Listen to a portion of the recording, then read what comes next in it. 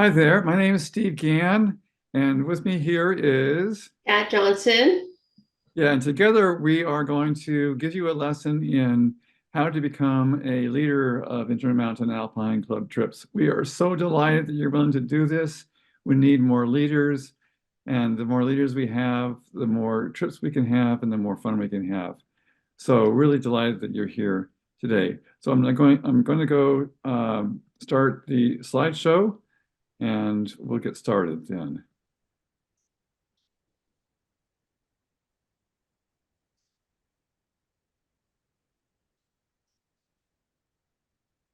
Okay, so yeah, this is a typical IMAX trip. No, actually, this is a fairly scary one going up to Asgard Pass.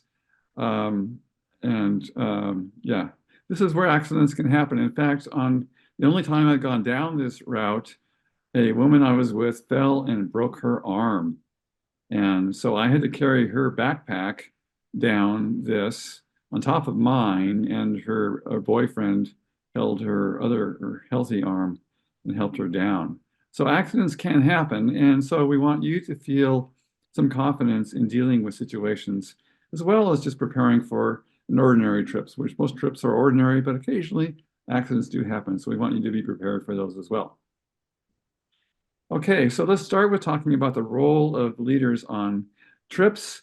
We really want you to be able to initiate and lead an enjoyable outdoor experience for all capable and prepared participants. They should have a good time, so they'll be coming back, but at the same time, ensuring the safety of the group. So those two things, they're not in competition with each other. It's very straightforward to do both. We do have some requirements for our trip leaders. You do need to be a member of the Inter-Mountain Alpine Club, and you need to be an adult. And it's good to have some knowledge of group leadership, to be a leader taking responsibility for decisions.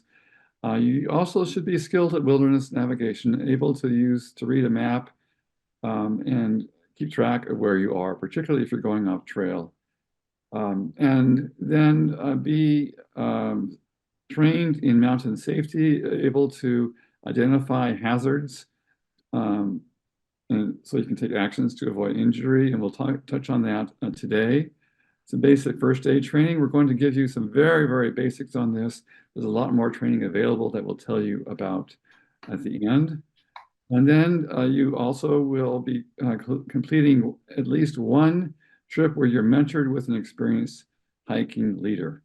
And then you'll become a leader. All right. So yeah, we have found that good leaders have a number of attributes. They are enthusiastic about hiking and snow sports, and they are eager to share their experience with others. And they are personally prepared, and they have good judgment. They've exercised good judgment. They are aware of the group. They're not just watching out for themselves, but keeping track of everyone in the group, particularly the slowest member. And they also need to be patient. This is not a race. We want people to have a good time, and patience is required. And then there is the ability to make decisions because sometimes decisions need to be made, and sometimes urgently. There also is essential to be willing to take responsibility for your decisions because that's how you lead. Also be concerned about safety, appropriate to the nature of the activity. There is more risk in climbing than in hiking, but always there is risk, and to be concerned about safety. And then have a knowledge of basic hiking, skiing, wilderness skills, um, managing a group, and then knowledge and adherence to IMEC principles, which I'll describe in the next slide, I believe.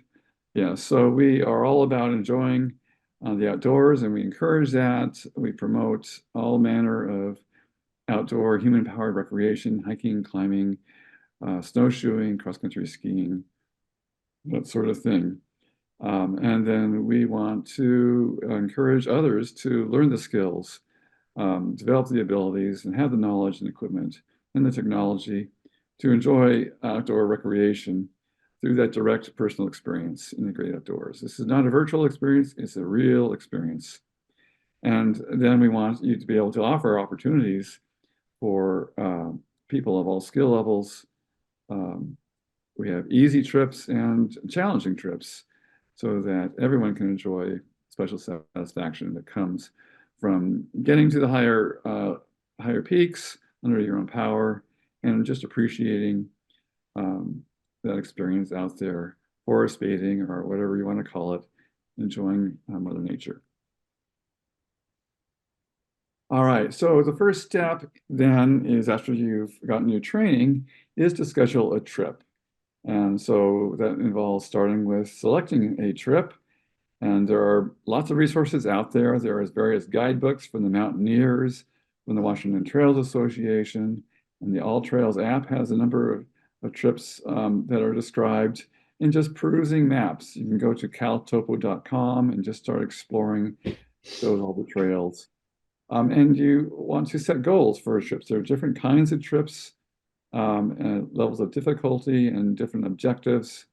And so it's really important to be clear for yourself what your goals are for the trip and then recruit people accordingly. So you want to plot out the route for the trip, whether it's on trail or off trail. And if you're not familiar with the area, you may want to scout it on your own. And then classify it. There's a list on the website of different trip classifications or in a Yodeler. And they range from ones up to fours and different activities, backpack, hiking, and snowshoeing, and so on. And then once you've settled on the destination, the route, and the classification and the date, and then you send all that with your name to the chair of hiking, winter, or climbing for approval by the IMAC board. And they'll make sure that it's a trip that's within your capacity to lead, and then the board will generally approve it.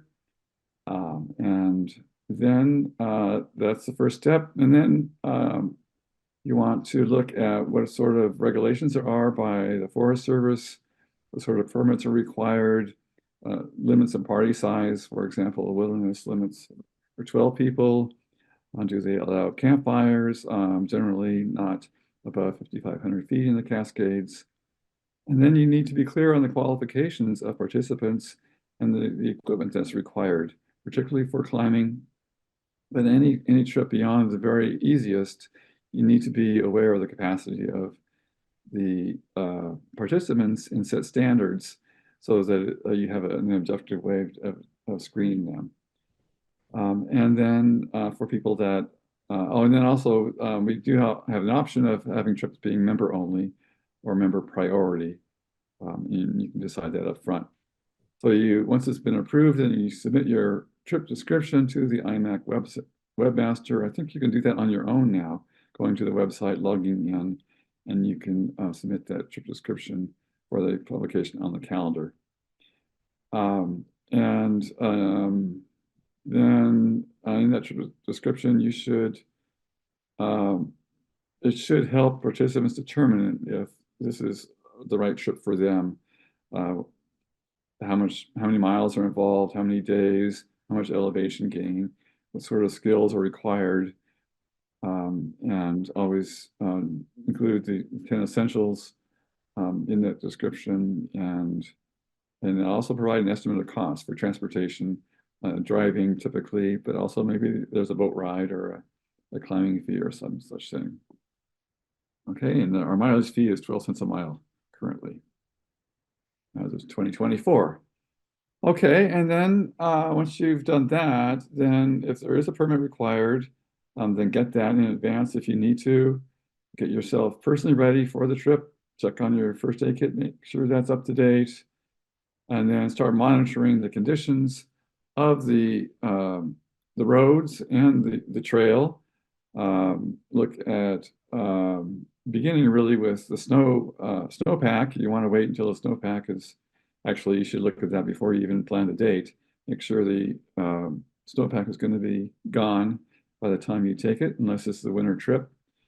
And then start monitoring the road conditions.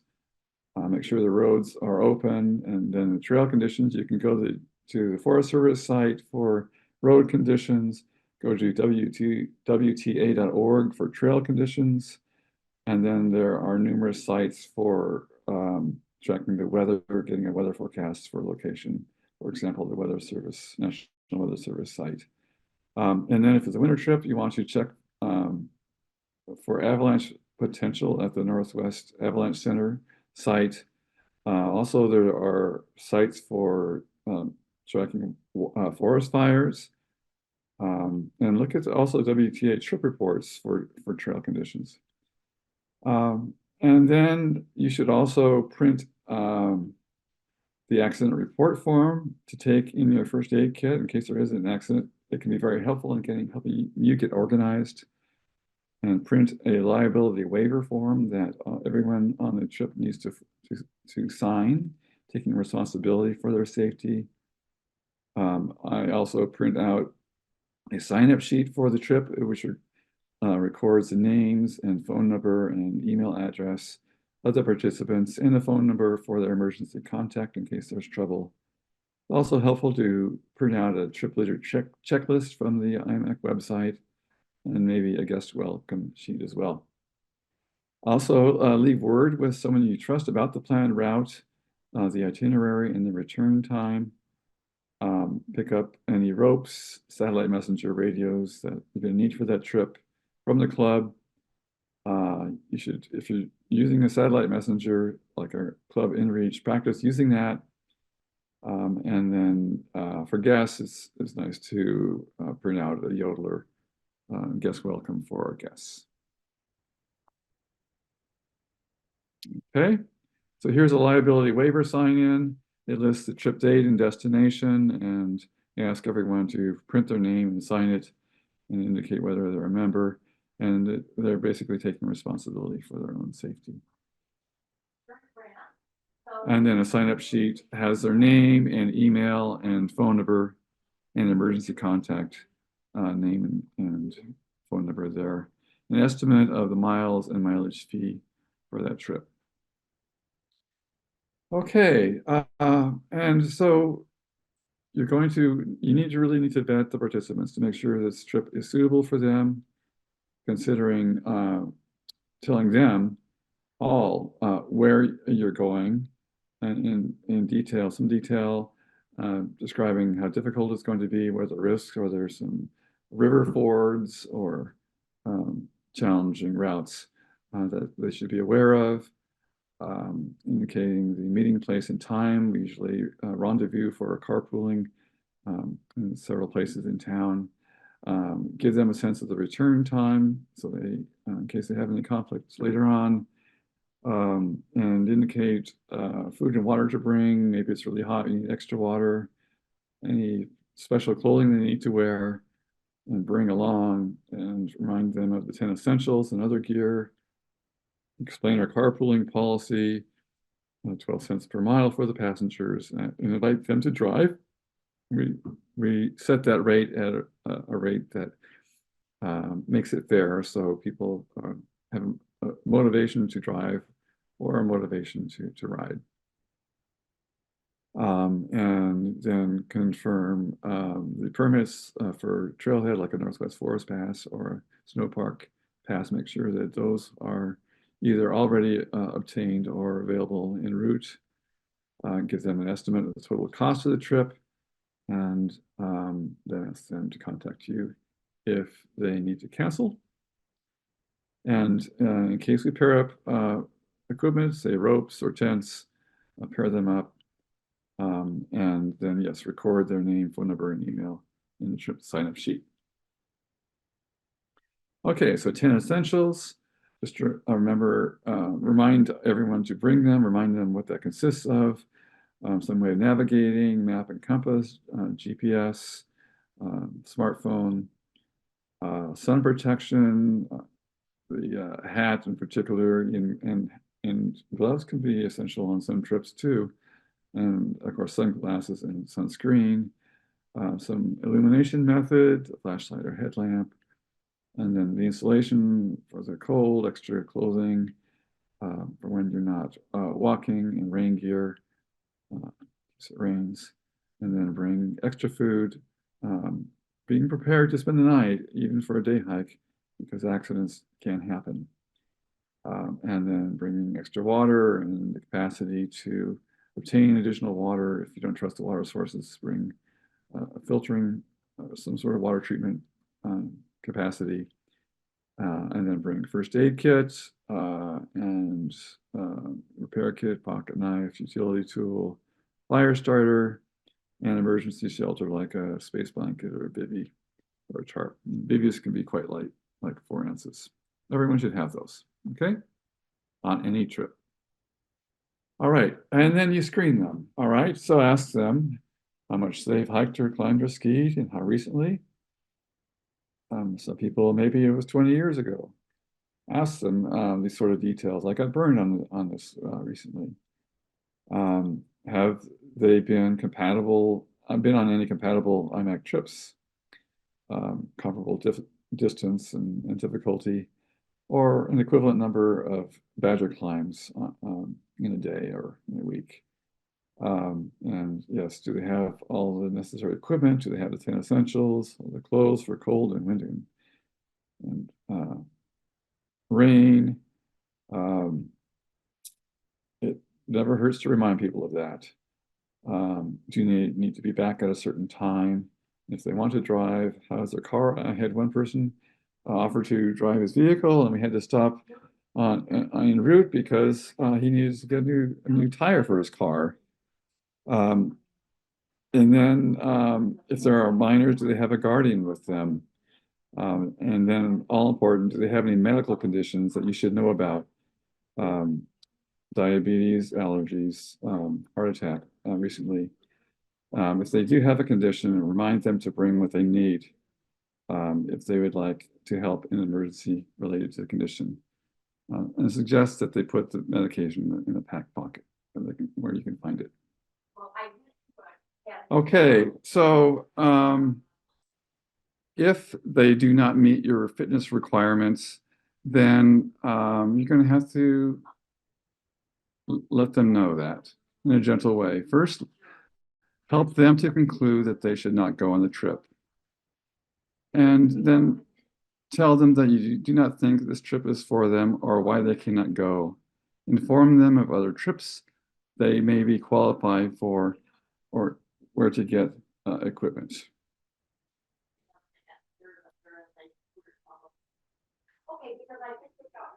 At the carpool meeting place, sign everyone and make introductions. Have all guests read the liability waiver and sign it.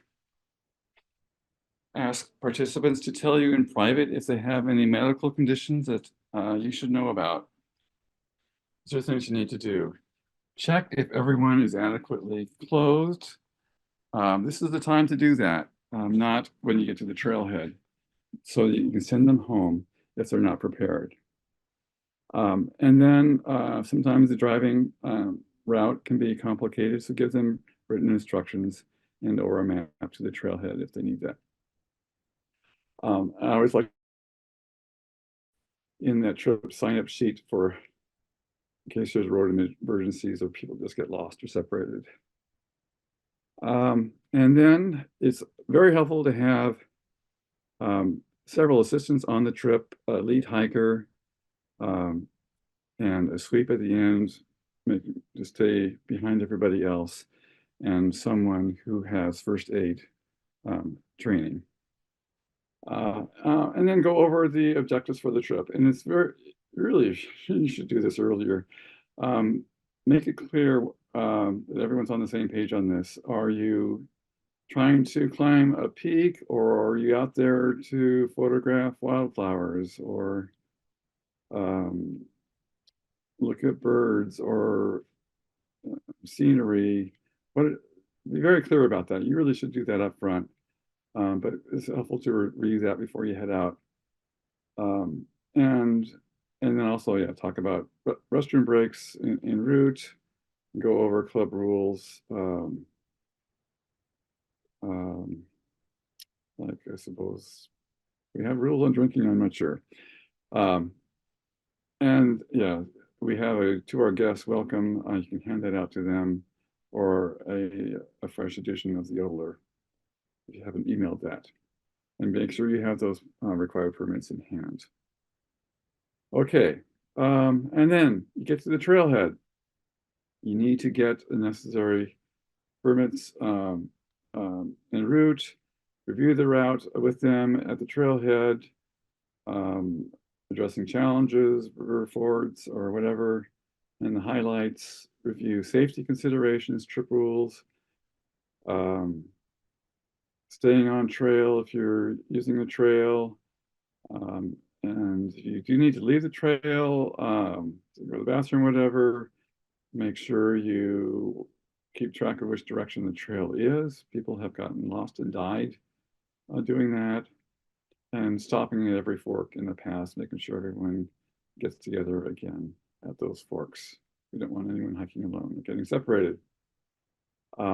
And we encourage everyone to speak up with concerns or needs they may perceive risk that you're not perceiving. And then if people do get lost, remind them that if they do get lost to stay put, review their roles so it's everyone's clear on that. We have radios, distribute them, and then remind them to all to follow leave no trace principles, and go over those. And then establish a turnaround time if the going is slower than expected, and then turn around at that time. It's also a good idea to leave some extra food and water in the car, particularly if it's a dry trip. Okay, then during the hike, our first priority is always going to be safety, and be attentive to requests for a safer approach. You may not be aware of all the risk. And then go at a reasonable pace, and keep in touch with everyone, stop every 20 minutes. And if it takes a long time for people to catch up, then that means you're going too fast, and you need to slow down and let people keep in touch. Counting heads, and then it all branches and forwards and start to meet. Monitor conditions, the weather can change, the trail condition can change. Maybe there's a fresh blowdown of logs across the trail. Maybe there's fire or avalanche danger. Just pay attention.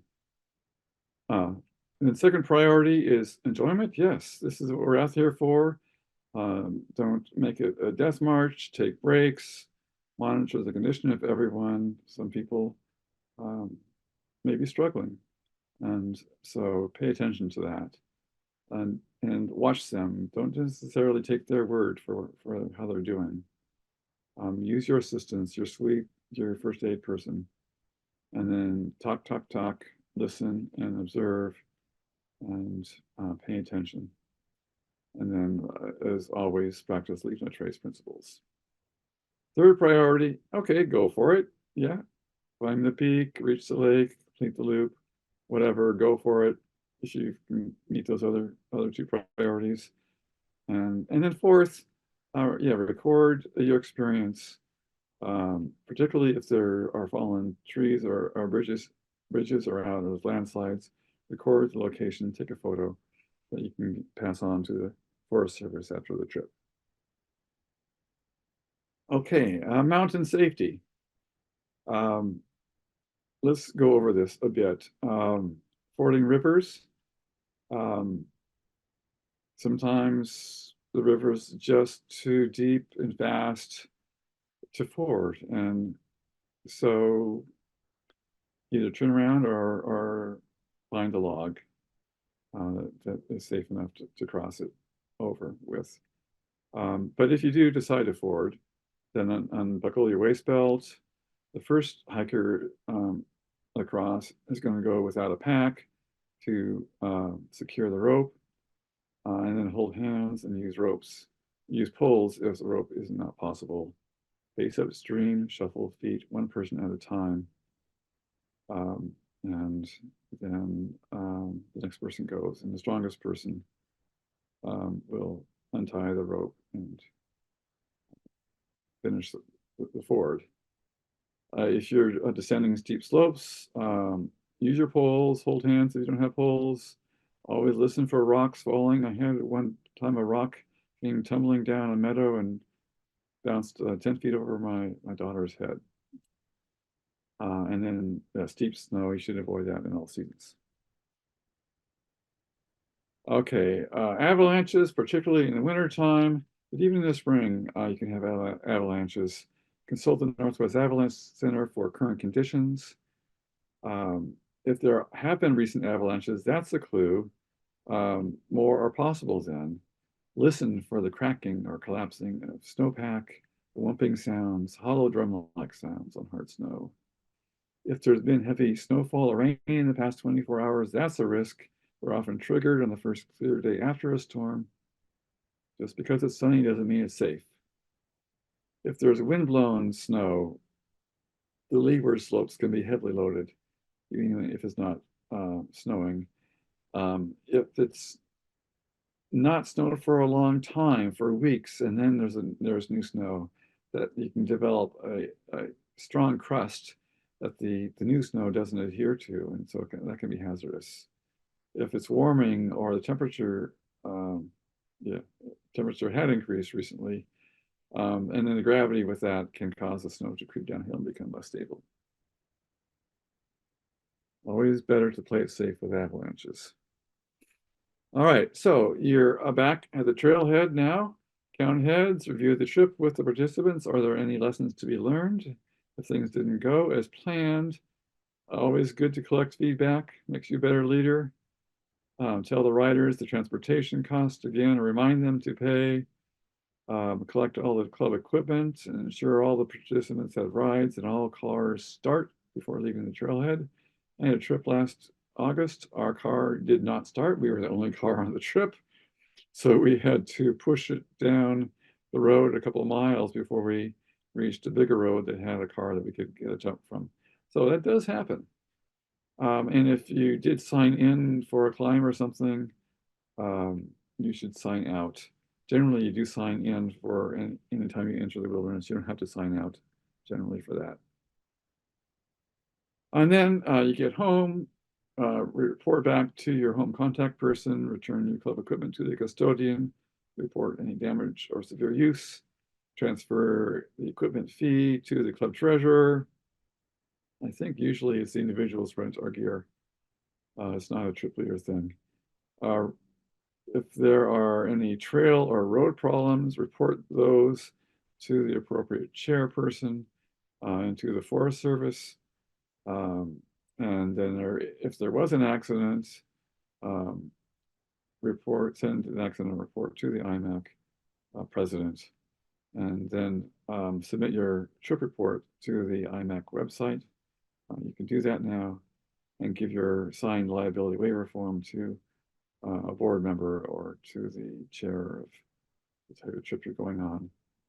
It's always good to report the trail conditions to the WTA site and to the Forest Service, the local managing agency, and include your trip photos. I think our trip photos are submitted as part of your trip report, so it's not a separate submission to the webmaster.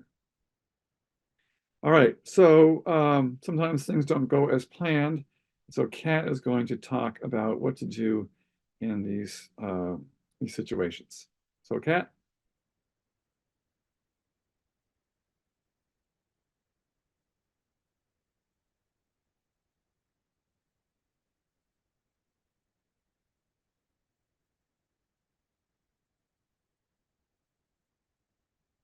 Oh.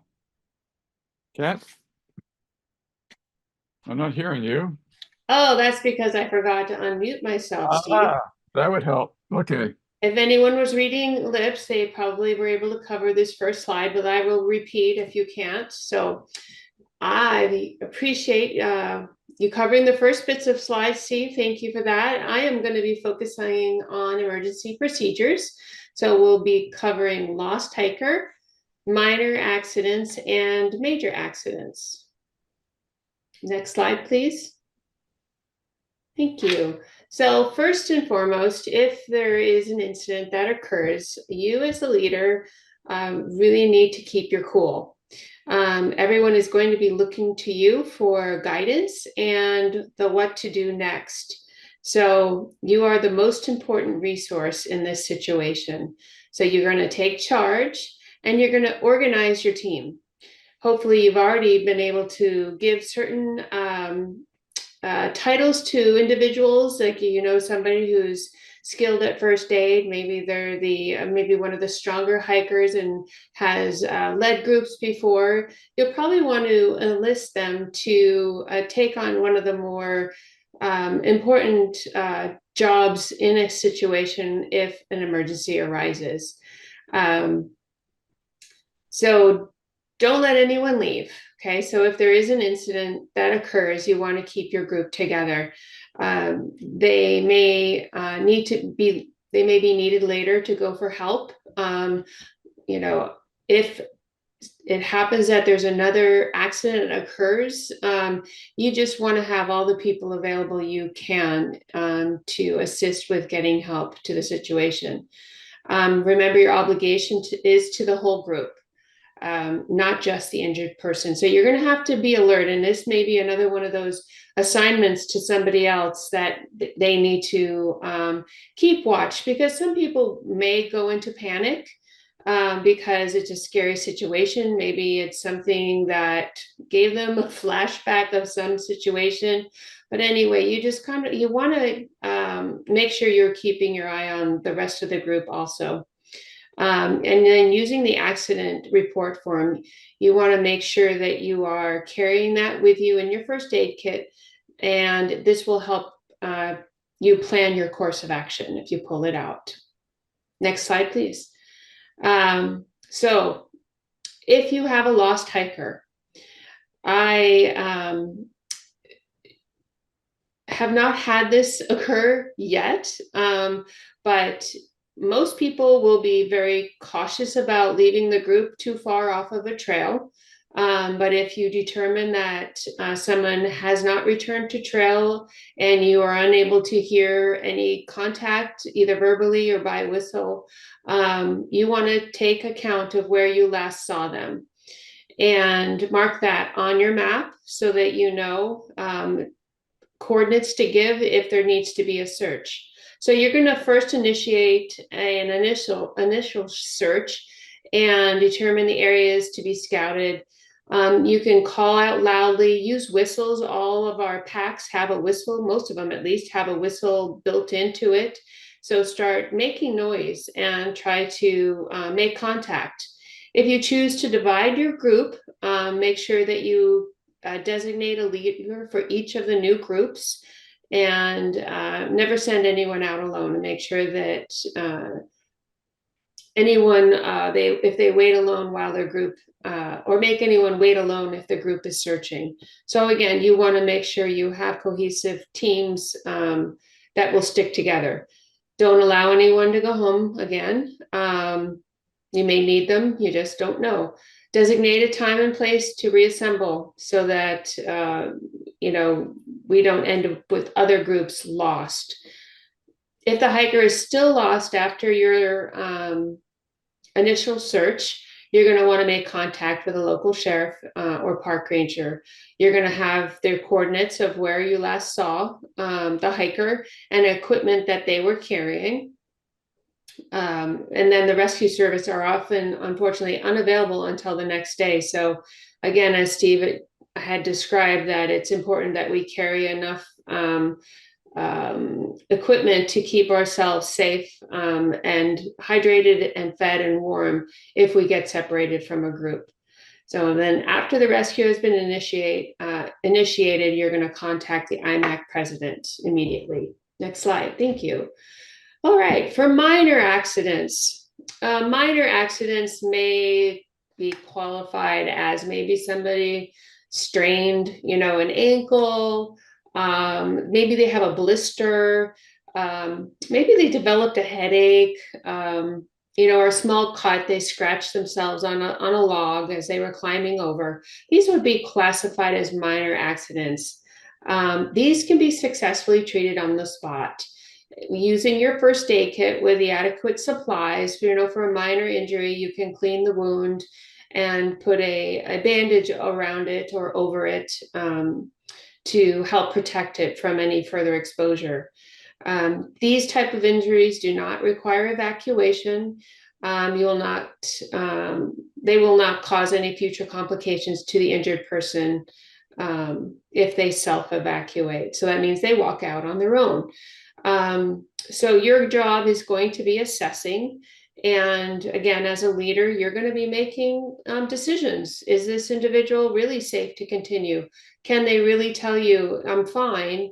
And in reality, you don't think they are fine. If they go continue on a sprained ankle, will the swelling get greater? And then they'll have to be carried out.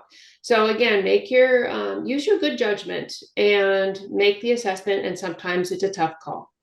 Next slide.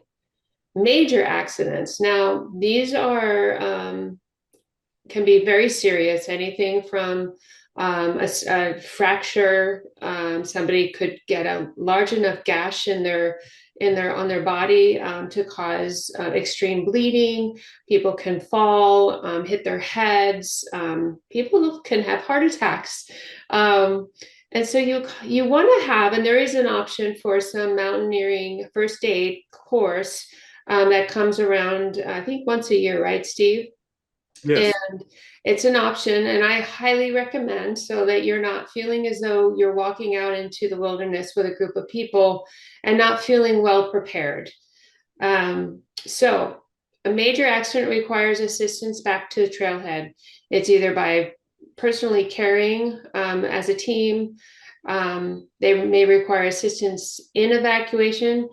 It requires visits to the emergency room or hospital once we get them off the mountain, and it can result in death. I want to really stress the point here that if somebody does happen to die on the trail while you are leading a team, don't take responsibility for that. There is very little we can do on the trail in extreme medical or major accidents.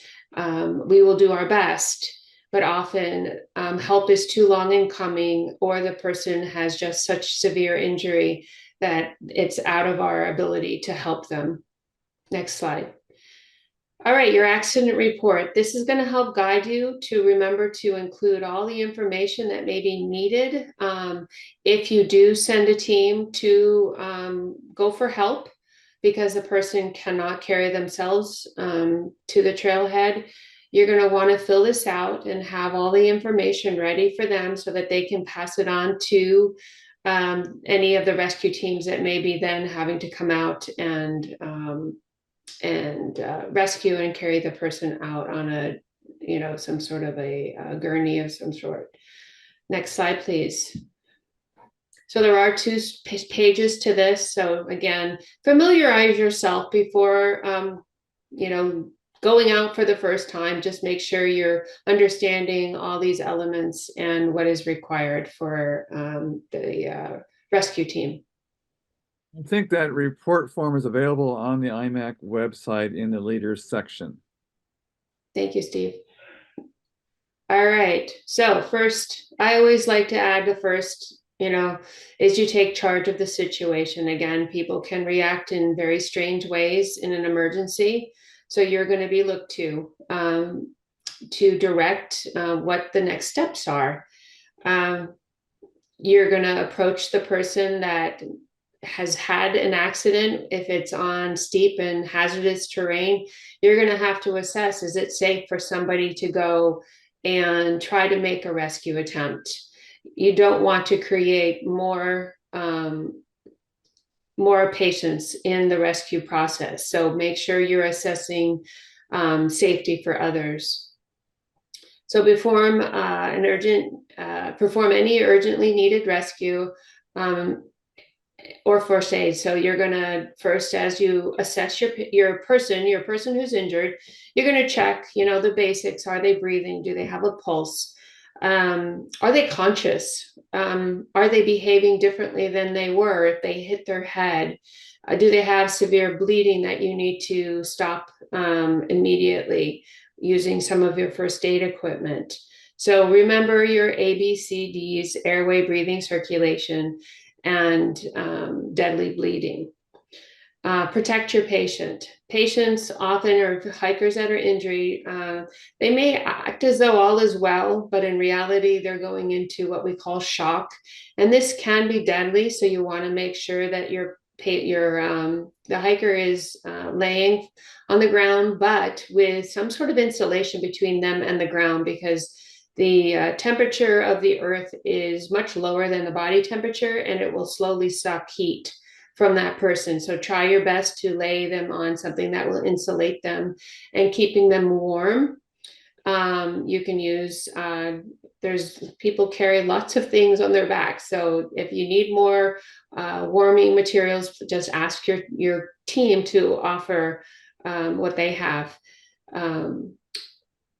So keep them warm.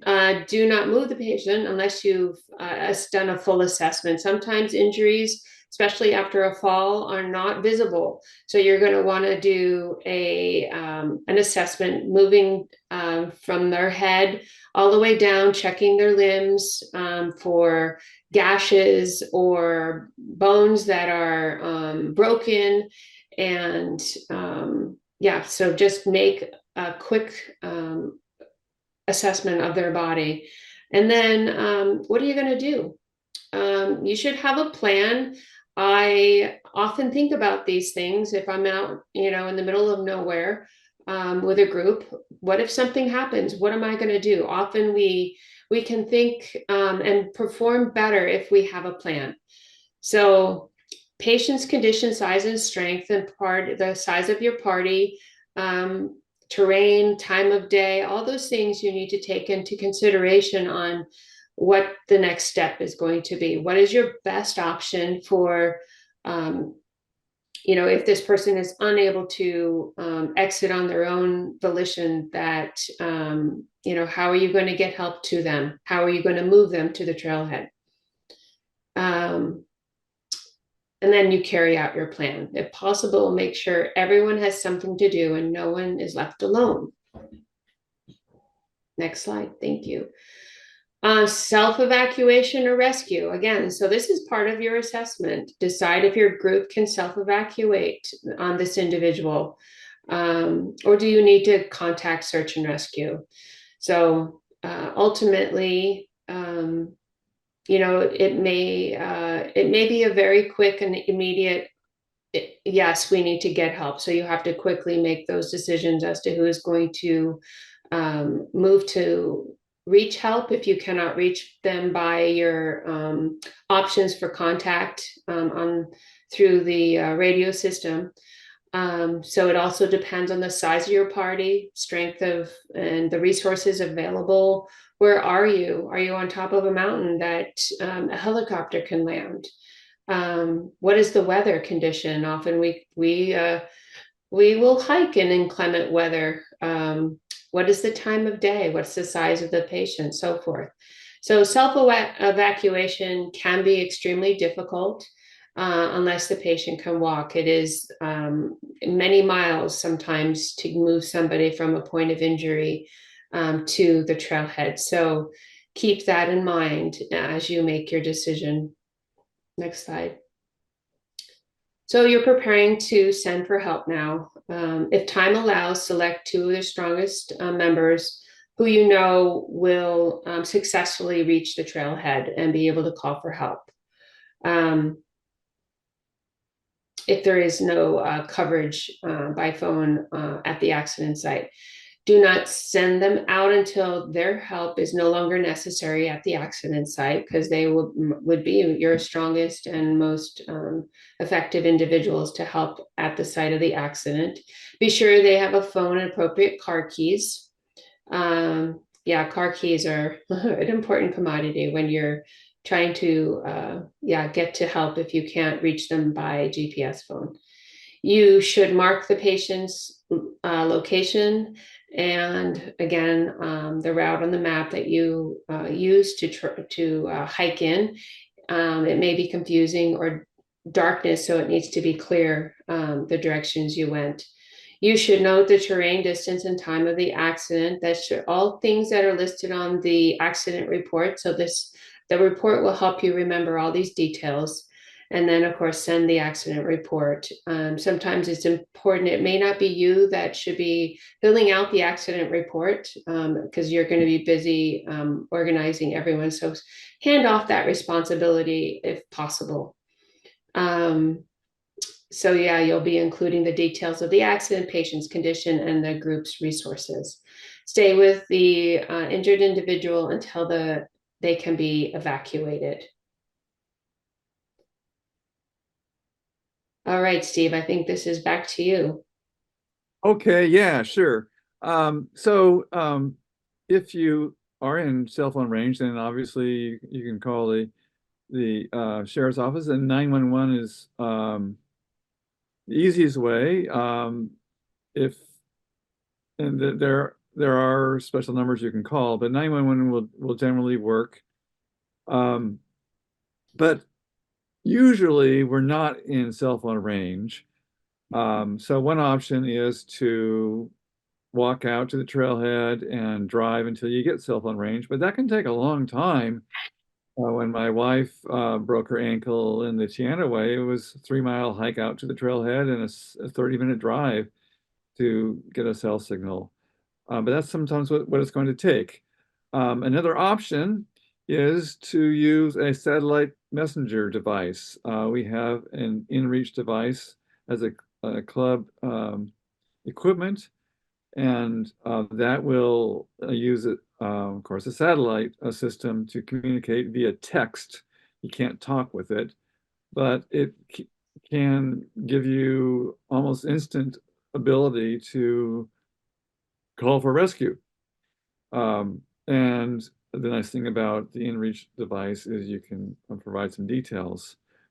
Um, so generally, though, you want to, particularly if you're calling on the phone, give them the specific details of the accident and the patient, where the patient is located, the weather and terrain conditions, and the mobile number that you're calling from, if you're calling. And then you get their name and phone number um, so that you can call them back if you need to, and then stay in the phone reception area. If you're using the phone, if you're using a satellite messenger, just leave it on and so that you can communicate um, with that device. Um, so let's talk about how to use the InReach satellite messenger.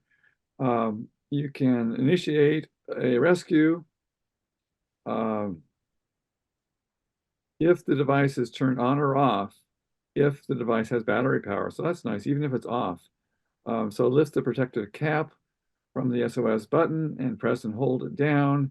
Wait for the SOS countdown, and it will send a default message to the emergency response service with details about your location, and that will initiate the process. You just reply to the confirmation message from the service, and it lets them know that you are capable of interacting with them during the rescue. But even if you don't reply, they'll still initiate a rescue. Now, nice thing about the InReach is it can communicate more than just call for a rescue. Um, you can reply with a custom message and compose an SOS message. And it's a little bit tricky to use on its own, but if you pair it with your phone, it's quite easy to send a text. And then when you finish your message, you select send. And then you can provide important details. The rescue community is quite frustrated with people using rescue devices that cannot communicate anything beyond help me, because they don't know whether someone has a broken leg or has a heart attack, or whether they're just afraid because they saw a coyote. They don't know. So it's really important to send them some details about the situation so that can get them more motivated to come out and get to you as soon as possible. And then, of course, if you find that you do not need assistance any longer, you can cancel the rescue. Just lift that protective cap, hold the SOS button, and select cancel. And then you can confirm it by selecting cancel again. Okay, so that sounded a little bit scary to some of you, but I want you to know how rewarding it is. When you lead trips, you become more involved with the club. You get to know club members who also love adventure, and you get to choose your own destinations and hike dates, which can really work for you. And there are the skills that you develop in learning to lead trips can translate to other situations, managing people in other aspects of your life. And of course, there are benefits to everyone else. It makes it possible for less experienced people to learn from you and to experience the wilderness safely. And of course, without volunteer leaders, there wouldn't be any IMAC trips and no IMAC. So your participation in leading is vital to the endurance and vitality of IMAC. Now, you may feel like you need more training, and yes, there is more available. There is the backpacking class, which we teach one weekend every year in the spring. There's also wilderness first aid class you can get from REI. Look on the REI calendar for that. And then there is the Knowles Wilderness First Responder class, which is like 3 or 4 days, I think. And that does cost, but in the past, IMAC has subsidized the course for our trip leaders. And so that the cost shouldn't be a barrier for you. And then the final training that you can get is mentoring by senior leaders. You can work with another experienced leader to go through the whole process of selecting a trip and setting a date and getting it approved by the IMAC board, getting it on the IMAC calendar, and vetting participants and then conducting the trip and so on. So our leaders are available to mentor you. So do take advantage of that resource, okay? So that is our training. And there is another step here that is a verification of your acquisition of this knowledge. We have a quiz available. And if you would reach out to the club or to me, I'm at stephen.ghan@gmail.com. We can get a quiz to you and you can demonstrate your knowledge and learning from this course and then go on to the next step of actually leading a trip. So thank you for your participation in this, and I look forward to going on a trip that is led by you. Yes, thank you so much. Yeah, all right. So we'll see you out there on the trail.